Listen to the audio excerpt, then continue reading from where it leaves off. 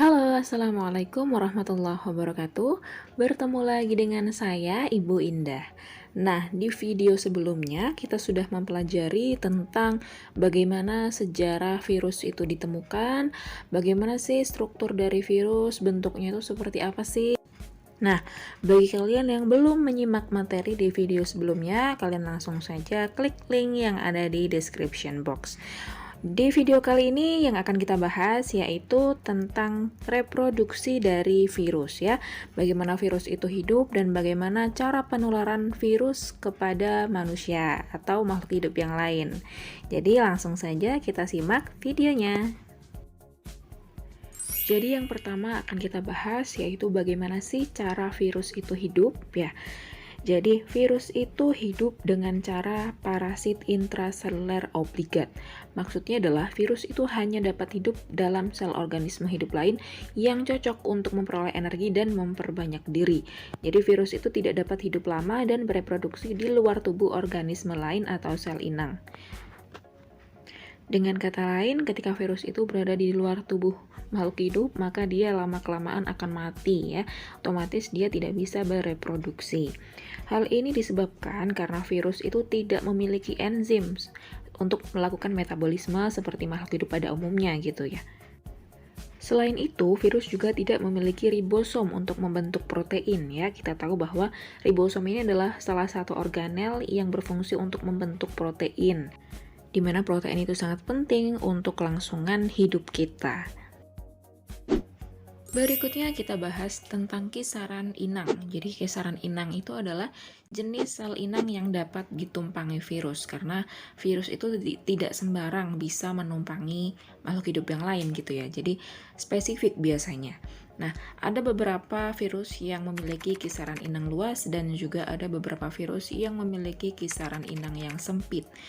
Contoh virus yang memiliki kisaran inang yang luas yaitu virus flu burung. Jadi dia bisa menginfeksi golongan Aves, babi, dan manusia. Jadi tidak hanya menginfeksi burung saja atau golongan Aves saja, tapi dia bisa menularkan ke babi dan manusia. Nah, selain itu juga ada virus rabies. Nah, virus rabies ini dapat menginfeksi sejumlah spesies mamalia. Jadi, dia bisa menginfeksi beberapa jenis atau berbagai jenis golongan dari mamalia, gitu ya. Kemudian, contoh virus dengan kisaran inang yang sempit yaitu bakteriofag. Bakteriofag ini adalah virus yang hanya menginfeksi pada bakteri E. coli ya. Jadi bentuk strukturnya seperti itu. Selain itu, kita harus tahu juga bahwa biasanya virus yang menyerang sel eukariot atau sel yang memiliki membran inti itu biasanya hanya menyerang jaringan tertentu ya. Seperti contoh untuk virus HIV, dia hanya menyerang sel darah putih limfosit T CD4 saja. Dia tidak menyerang sel-sel yang lain gitu ya. Jadi khusus spesifik menyerang sel darah putih atau limfosit T. Contoh yang lain yaitu virus influenza, di mana virus influenza ini hanya menyerang sel-sel permukaan saluran pernafasan.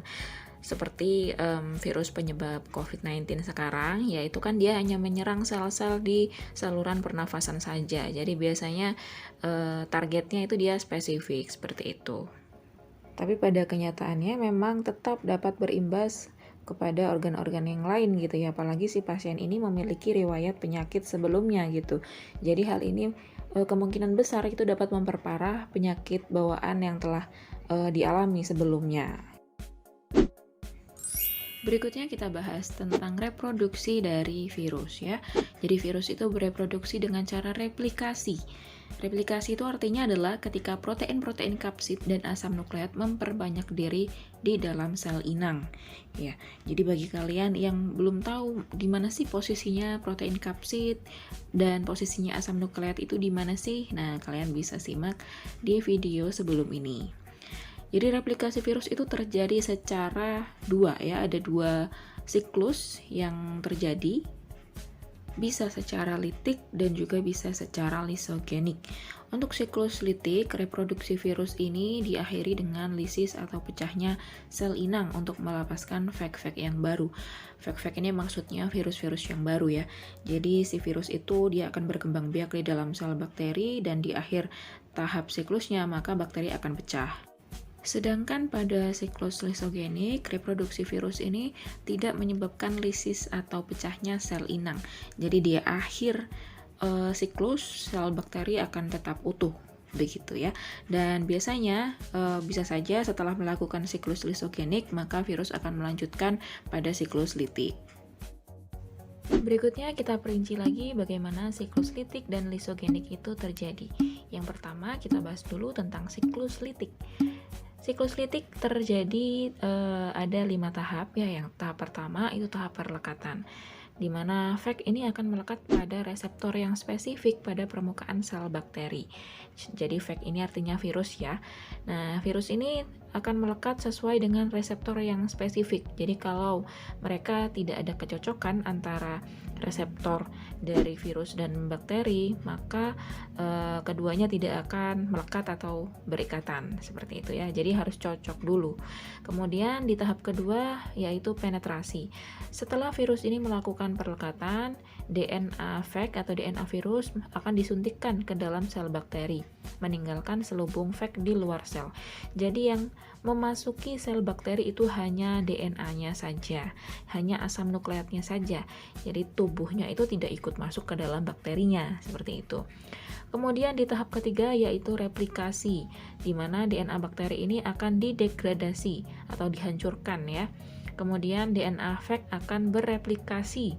Komponen-komponen Vec akan disintesis atau dibentuk. Jadi di tahap replikasi ini DNA virusnya ini akan mengganda, bereplikasi, kemudian membentuk komponen-komponen virus yang baru. Setelah itu di tahap keempat yaitu perakitan. Setelah membentuk komponen-komponen Vec, maka komponen tersebut dirakit ya menjadi virus yang matang. Jadi di sini mulai pembentukan virus-virus yang baru. Kemudian di tahap kelima yaitu tahap pelepasan. Sel bakteri nanti akan pecah atau lisis dan melepaskan virus-virus yang baru yang akan menginfeksi sel-sel bakteri yang lain. Jadi pecahnya sel bakteri ini diakibatkan oleh Vec ini atau virus ini mengeluarkan enzim yang namanya enzim lisozim. Jadi enzim ini bertugas untuk memecahkan dinding sel dari si bakteri ini. Dan pada peristiwa ini dapat dihasilkan 200 Vec yang baru yang siap menginfeksi bakteri lain untuk memulai siklus litik kembali. Jadi waktu yang diperlukan ini dari perlekatan sampai pelepasan Vec baru ini bervariasi ya, tergantung pada jenis virusnya. Tapi kisarannya yaitu antara 20 hingga 40 menit. Untuk virus bakteriofag yang ini memerlukan waktu kira-kira 25 menit untuk satu siklus. Nah, berikutnya untuk tahap pelepasan, di sini saya tampilkan contoh gambar yang real ya dari proses pelepasan ini. Jadi kalian bisa melihat di situ ada sel bakteri yang telah rusak dan di dalamnya dari dalam bakteri tersebut keluar banyak sekali virus-virus yang baru atau virus-virus bakteriofag ini ya. Foto ini saya ambil dari buku Mikrobiologi karangan Talaro dan Chess tahun 2008. Berikutnya kita bahas tentang siklus lisogenik. Di dalam siklus lisogenik ini ada 4 tahap ya. Tahap yang pertama yaitu tahap perlekatan sama dengan yang ada di siklus litik, di mana Vec ini akan melekat pada sel inang yang spesifik. Di tahap kedua yaitu penetrasi, DNA Vec masuk ke dalam sel bakteri. Jadi di situ digambarkan DNA Vec ini berwarna biru, kemudian yang berwarna merah atau coklat itu adalah DNA bakterinya. Kemudian tahap ketiga yaitu tahap penggabungan. Jadi DNA Vec yang sudah masuk nanti akan bergabung dengan DNA bakteri, membentuk ProVec ya. Kemudian di tahap keempat yaitu replikasi, di mana DNA bakteri nanti akan bereplikasi beserta DNA virusnya, atau ProVec-nya ini akan bereplikasi gitu ya, sama. Jadi nanti akan dihasilkan sel-sel bakteri yang baru di mana masing-masing sel bakteri itu mengandung DNA dari virus. Kemudian bisa saja nanti sel-sel bakteri tersebut jika dalam keadaan yang tidak menguntungkan atau biasanya terkena sinar UV, maka si DNA virus nanti akan melepaskan diri dan memulai siklus litiknya, seperti itu. Contoh virus yang mengalami siklus lisogenik yaitu virus herpes dan virus HIV. Oke, selanjutnya kita bahas tentang mekanisme penularan virus. Jadi, beda virus itu beda mekanisme penularannya ya. Contoh yang pertama saya contohkan yaitu virus influenza. Jadi nanti ini agak mirip dengan virus SARS-CoV-2 penyebab COVID-19 ya.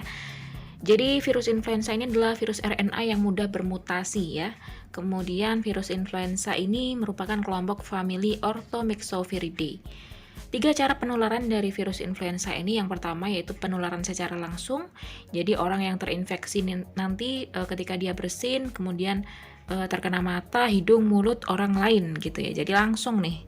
Kemudian cara yang kedua yaitu melalui udara. Jika seseorang ini menghirup aerosol dari orang yang terinfeksi. Kemudian yang ketiga yaitu penularan melalui tangan dengan mata atau tangan dengan hidung, tangan dengan mulut, atau dari permukaan benda atau melalui bersalaman. Oleh karena itu, sangat penting bagi kita untuk tetap melakukan protokol kesehatan ya, meskipun sekarang kondisinya sudah mulai membaik, berangsur-angsur membaik, tapi alangkah baiknya kita tetap menjaga protokol kesehatan.